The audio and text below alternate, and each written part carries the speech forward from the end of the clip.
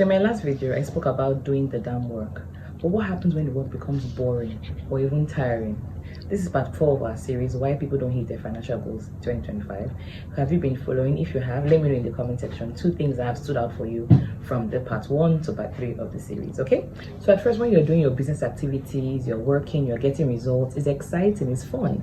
But then after a while, it becomes boring, it becomes dry, and there's a temptation to stop what you're doing because after all, you're already seeing results. But this is where most businesses tank and die.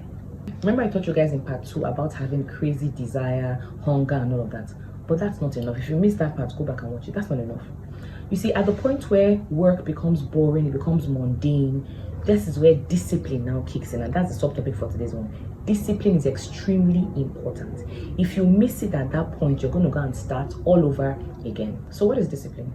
Discipline is doing exactly what you said you were going to do long after the mood in which you said it is gone. You see, success is birthed by doing boring things over and over and over again until you get to the point where you've built momentum. That one is video for another day. Discipline is doing what you don't feel like doing. You know, when you feel like doing it, you do it. When you don't feel like doing it, it's sticking to the plan of action. That is discipline. You see, when you see people being celebrated, awarded, and they're clapping for them, they're making money, they're leaders in their industry, there are a lot of times that they cried, sweat, tears, they did things they didn't feel like doing. What separates them from other people who are not being celebrated is at the point where they both didn't feel like doing it. One person chose to stop, the other person chose to continue. As an entrepreneur, you have to have that willpower where you do things you don't feel like doing. As long as it is part of the plan, you go ahead and do it.